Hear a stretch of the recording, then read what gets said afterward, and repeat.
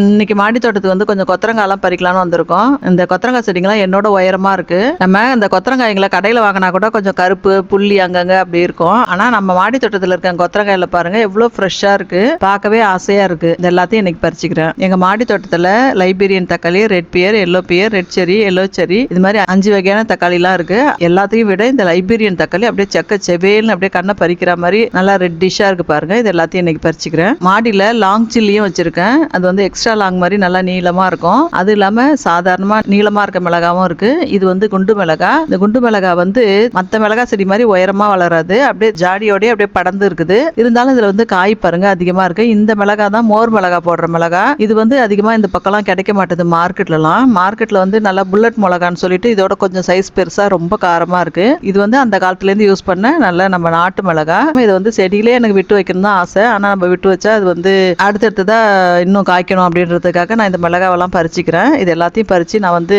சமையலுக்கு கூட யூஸ் பண்ணாம மோர் மிளகா போடலான்னு சொல்லிட்டு நினைச்சுன்னு இருக்கேன். இன்னைக்கு இந்த அளவு எனக்கு மோர் மிளகா கிடைச்சிருக்கு. இன்னைய மாடித்தோட்ட அறுவடைய 5 டைப்பான டொமேட்டோ பறிச்சிருக்கேன். இது வந்து இன்னைய வீட்டு தேவைக்கு மட்டும் பச்சை மிளகா கொஞ்சம் பறிச்சிருக்கேன்.